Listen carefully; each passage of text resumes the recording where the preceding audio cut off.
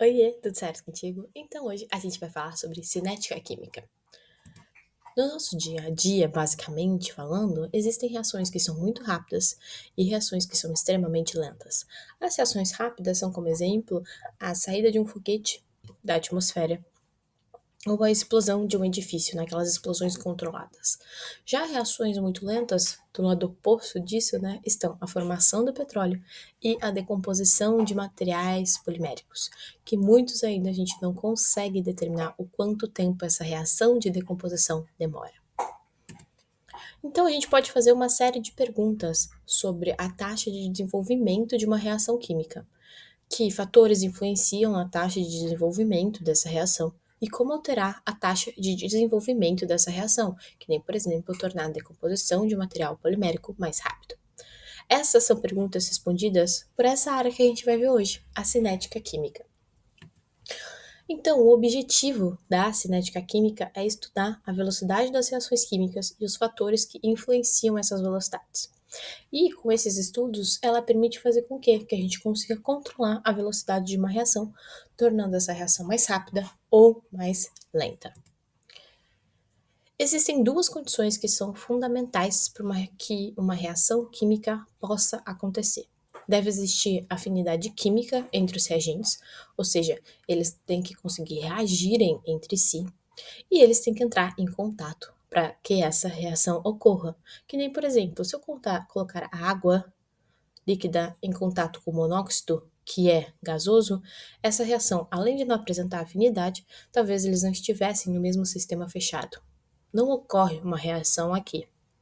Porém, se a gente colocar em contato gás cloro e gás hidrogênio, são duas substâncias químicas que têm afinidade entre si, e no sistema fechado vai haver colisões o suficiente, contatos o suficiente, para que essa reação possa ocorrer. Porque, como eu disse, essas substâncias têm afinidades, mas para que essa reação realmente ocorra, a gente tem que ver se essas duas substâncias estão no sistema fechado que favoreça as colisões entre elas. A realização ou não de uma reação química, então, nesse caso, passa a depender de outras condições complementares. Quando as duas substâncias químicas envolvidas têm afinidade entre si, as partículas dos reagentes, a partir de agora, para que a reação aconteça, elas devem colidir entre si. A colisão de partículas dos reagentes, ela deve ser efetiva, tá? Ou seja, ela deve acontecer numa orientação favorável para que essa reação química ocorra. Porque sim, existem alguns tipos de colisões, que é o que a gente vai ver, que não são favoráveis para o acontecimento de uma reação química. Que nem, por exemplo, a primeira linha da nossa tabela mostra uma orientação desfavorável. Ela não é uma colisão efetiva. A segunda linha também é uma orientação desfavorável. Essa colisão ela não é efetiva para a ocorrência de uma reação, mesmo existindo afinidade química. Já a terceira linha da nossa tabela é uma orientação favorável e a colisão, além dela ser efetiva, né, ela vai ocorrer, porque esse, como a gente pode perceber, nós tínhamos anteriormente dois produtos que formaram duas moléculas do nosso, desculpa, dois reagentes que formaram duas novas moléculas do nosso produto. Quem explica isso muito bem dentro da cinética química é a teoria das colisões. A teoria das colisões diz que, para que uma reação ocorra, a colisão entre as partículas das substâncias reagentes deve acontecer por meio de uma orientação adequada, que é essa orientação frontal que a gente está vendo ali, com uma energia maior que a energia mínima necessária para a ocorrência dessa reação. Quando as substâncias, que nem mostra ali, elas estão grudadinhas, elas estão formando o complexo ativado. E essa energia mínima que a gente tem que fornecer dos reagentes, ela é denominada energia de ativação. Sem atingi-la, a reação não ocorre. Então, os reagentes, eles vão colidir, eles vão formar esse complexo ativado. A gente tem que ter uma energia de ativação suficiente para que essa reação que está no estado de complexo ativado forme os produtos.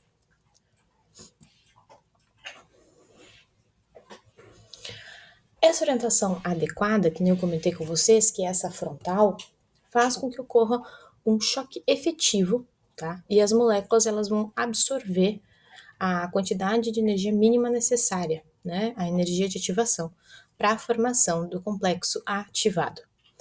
Ou seja, esse complexo ativado, que elas vão atingir depois de colidirem, é um estado intermediário que a gente chama entre reagentes e produtos. Nessa estrutura de complexo ativado, as ligações dos reagentes elas estão enfraquecidas e as ligações dos produtos começam a se formar. Esse é um estado que é muito difícil a gente perceber ele na prática, tá? Ele acontece de uma forma muito rápida. Mas é importante a gente entender que eu preciso desse estado de complexo ativado para que, a partir dos reagentes, eu forme os produtos. Uma observação importante: por que aqui no texto eu estou usando moléculas? Porque eu estou vindo lá do meu exemplo do gás cloro reagindo com gás hidrogênio, né? Que são moléculas e estão formando o quê? O ácido clorídrico, que também é uma molécula, tá? Só para deixar bem claro porque foi utilizado a nomenclatura de molécula aqui. Quando a gente olha para o diagrama, a gente percebe um topinho ali, né? Nós temos os reagentes, a gente tem um chapeuzinho e depois os produtos. Este chapeuzinho é onde ocorre a formação do complexo ativado. E percebam que ele é uma barreira, né? Esse chapeuzinho ele forma uma muretinha. Para que a reação química ocorra, a gente tem que conseguir superar esta muretinha, que no caso é uma barreira energética. Ou seja, quem vai superar, né, esta barreira energética é a energia de ativação. A gente precisa superar essa energia de ativação para que a reação ocorra. Pela teoria das colisões, portanto, quanto maior a frequência de colisões efetivas, maior vai ser uma rapidez da reação, porque mais rápido a gente vai conseguir contornar este complexo ativado e sobrepor essa quantidade de energia necessária para ultrapassar essa barreira energética. Aqui nós temos dois exemplos de como esta barreira pode aparecer. No caso das reações exotérmicas, lembra o que é uma reação exotérmica? Se não, volta na aula passada. Reação exotérmica, então. Tá vendo que eu tenho os reagentes, eu vou ter esta minha barreira energética e, por fim, os produtos. Os produtos têm menor energia do que os reagentes. Eu vou precisar superar essa barreira. E na figura B, nós temos, então, o que seria a barreira energética de uma reação endotérmica, né? Ela é uma energia de ativação bem maior do que a exotérmica, tá? Por isso, né, que a endotérmica, ela precisa absorver calor também, né? Ela precisa transpor toda essa energia de ativação para que a reação ocorra. Falando agora um pouquinho sobre velocidade média de reação química. O que determina a rapidez, então, que a gente chama, né? Rapidez é um termo meio assim, não tão científico. O que a gente chama de taxa de desenvolvimento com que ocorre uma reação química é o tempo que os reagentes são consumidos para formar os novos produtos. A velocidade média, então, de uma reação química é a variação na quantidade de um reagente ou produto em um determinado intervalo de tempo. Então, para fazer a velocidade média, tá? Cuidem, aqui eu estou falando sobre velocidade média. A gente vai pegar a variação da quantidade daquela substância e dividir pela variação de tempo. Esta é a velocidade média de uma reação química. Mas dentro da cinética, a gente também tem a lei da velocidade da reação. Percebam ali que eu coloquei uma equação química genérica, né? A reagindo com B formando C e D. Se a concentração dos reagentes A e B aumenta, a quantidade de partículas nesse espaço aumenta, ou seja, o número de choques efetivos entre elas vai aumentar, o que ocasiona o aumento da taxa de desenvolvimento da reação química, o que significa que eu vou ter a minha velocidade aumentada. Portanto, a velocidade de ocorrência de uma reação, ela é diretamente proporcional à concentração dos reagentes, né? Porque se eu adiciono mais reagentes, eu aumento a quantidade de colisões, o que me favorece a reação química, então eu aumento a taxa de desenvolvimento dela, quer dizer que a velocidade, ela é proporcional à concentração dos meus reagentes naquele meio. Porém, isso depende da temperatura. E onde a gente percebe a dependência da temperatura na velocidade de reação? Na constante K. A constante K como o próprio valor já diz, ele é um valor constante, mas para uma determinada temperatura. Então, quando a gente estiver falando de cinética e for utilizar essa fórmula aqui, esse K ele vai ser determinado para uma temperatura. Por exemplo, a 20 graus, a 25 graus Celsius, tá? Este K ele é dependente da temperatura.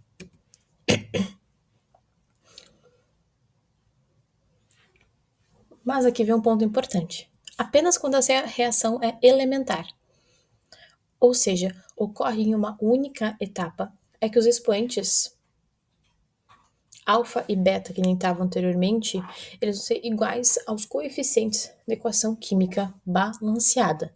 Então, eu vou substituir o alfa pelo Azinho e o beta pelo Bzinho. Porém, desculpa, em todos os outros casos, a potência apropriada, a qual deve se elevar a concentração do meu reagente, ela tem que ser determinada experimentalmente. Aqui é um ponto de atenção da área da cinética. Comumente a fórmula que vocês vão utilizar para as questões de forma bem genérica é essa aqui. Se for uma reação elementar, a prova vai te falar que é uma reação elementar. Ou ela vai dizer isso, ou ela vai mostrar que essa reação acontece apenas em uma etapa, de alguma forma, tá? Então, tu vai o quê? Ver se essa reação está balanceada e utilizar o alfa, o Azinho, o beta, o Bzinho. Caso a questão da prova não te mostre que esta reação é elementar, te apresente alguma tabela experimental, provavelmente tu vai ter que calcular os valores de alfa e beta, ou a questão vai te dar. Quando a questão te dá ou pede para tu calcular os valores de alfa e beta, não adianta olhar para a reação balanceada, tá? Para pegar os coeficientes de lá. Cuidem muito disso. Se a prova falar que é elementar, beleza, a gente substitui o alfa por A e o beta por B. Caso contrário, a gente vai ter que calcular. E normalmente as questões de cinética trazem-se uma forma de tabela de dados experimentais, como são os casos aqui. Nessa reação do N2O5, formando 4Na2 mais oxigênio, ela é uma reação que avança. Quando avança, a gente vê que a concentração de NO2,5 ela cai e a velocidade da reação também cai. Ou seja, quando eu consumo NO2,5, eu percebo que a velocidade da reação, a taxa de desenvolvimento, vai diminuindo. Mais especificamente, a velocidade em qualquer instante, ela é proporcional à concentração deste carinha aqui. Então, a equação vai ficar o quê? Velocidade é a constante vezes a concentração de N2O5. Percebam que na fórmula o N2O5 ele tem 2, mas essa não é uma reação elementar. Eu tenho que mostrar isso através de um experimento, que é o que o texto trouxe pra gente ali. Então, o expoente, ele é 1. É uma reação de primeira ordem. Agora, quando a gente vê o 2NO2 gasoso reagindo e formando 2NO mais oxigênio, nesse caso, os ensaios, percebam, os ensaios mostraram que a velocidade é proporcional ao quadrado da concentração. Então, a velocidade vai ser a constante vezes a concentração de NO2 ao quadrado. Isso é uma reação de segunda ordem. E aqui, o coeficiente da velocidade combinou com o número de mols gastos nessa reação química. No caso do NH3 formando nitrogênio e gás hidrogênio, o experimento demonstrou que a decomposição ocorre em velocidade constante, até toda a amônia ter desaparecido. Ou seja, eu diminuo a concentração da amônia, porque ela está sendo decomposta, né? Ela está sendo consumida, mas eu não mudo a taxa de desenvolvimento. Então, a velocidade da reação, a taxa de desenvolvimento dela, não depende da concentração da amônia. Portanto, isso aqui é o que a gente chama de reação de ordem zero. A velocidade vai ser igual a constante, e graças a Deus se foi isso que caiu na prova de vocês. A lei da velocidade de uma reação ela é determinada experimentalmente e não pode, em geral, ser obtida apenas a partir da equação química da reação, como a gente viu anteriormente, salvo exceções de reações elementares.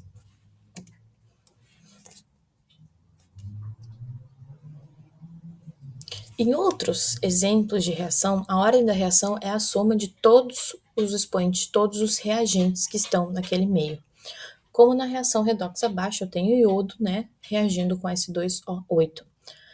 Se a gente dobra a concentração do íon persulfato ou do íon iodeto, a velocidade de reação dobra.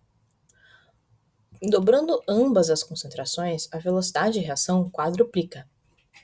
Então, a ordem total dessa reação é a soma das duas ordens, ou seja, 2.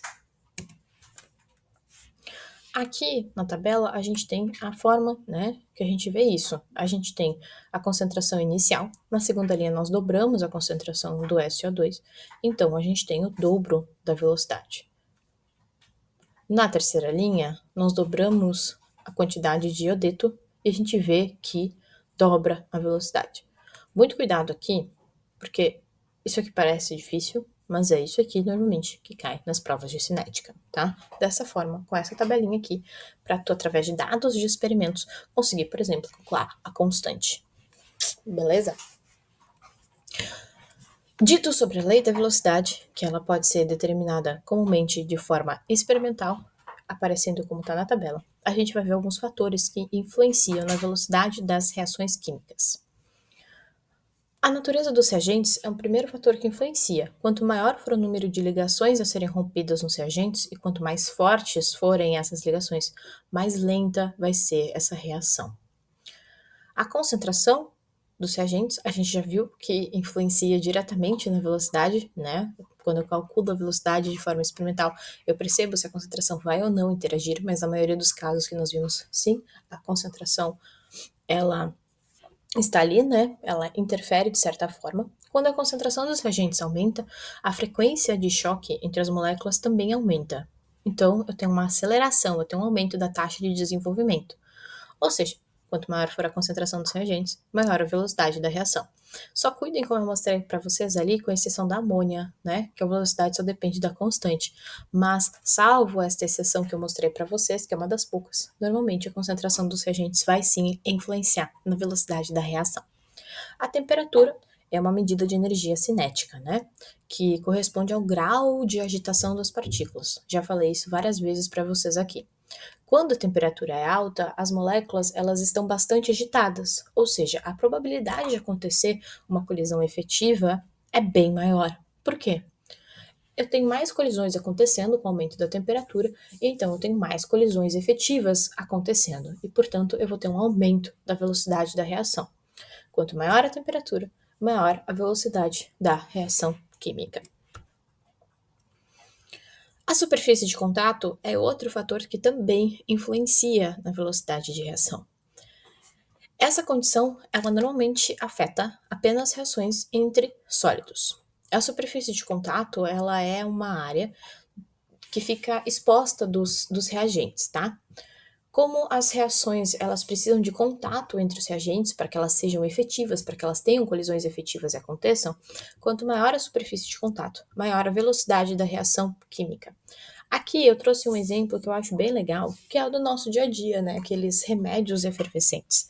Se a gente coloca uma pastilha de um remédio efervescente, a gente vê que ela demora mais para conseguir diluir e reagir com o meio do que quando a gente coloca este mesmo medicamento, por exemplo, na forma de pó solto. Por quê? O pó tem uma superfície de contato muito maior do que a pastilha, tá? Por isso que hoje muitos medicamentos que precisam, né, desse processo de reação com a água, como o Eno, o Spidofen, eles vêm nesses pós soltos, porque a reação acontece de uma forma mais rápida, de uma forma mais eficiente.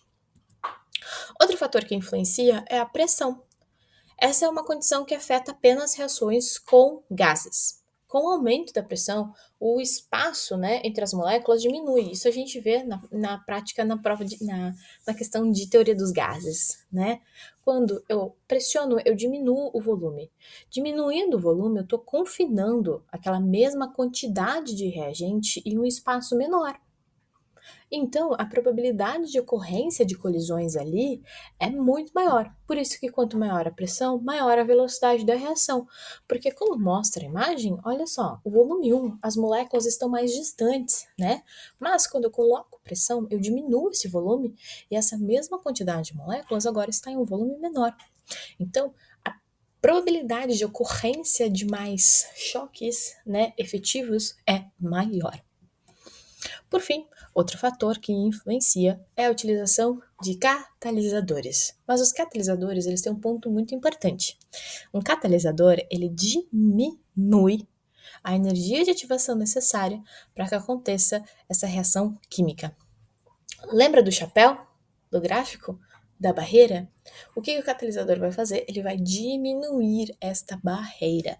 Ele vai diminuir a energia de ativação necessária para a ocorrência de uma reação química. Então, ele não está necessariamente ligado aos reagentes, à temperatura ou à pressão. Ele atua de forma que ele diminua a energia de ativação. E dos fatores que a gente viu aqui, esse é o único que faz isso. O catalisador, ele age diretamente na energia de ativação de uma reação química, diminuindo essa barreira, o que consequentemente aumenta a velocidade, porque eu vou precisar de menos energia para vencer essa barreira. Eu vou conseguir vencer ela mais rapidamente. De cinética, era isso aí. Muito obrigada por ter assistido essa aula. Qualquer dúvida, deixa aqui nos comentários. Se tu quer que eu resolva exercícios de cinética para tu saber como é, também deixa aqui nos comentários. Até a próxima. Tchau!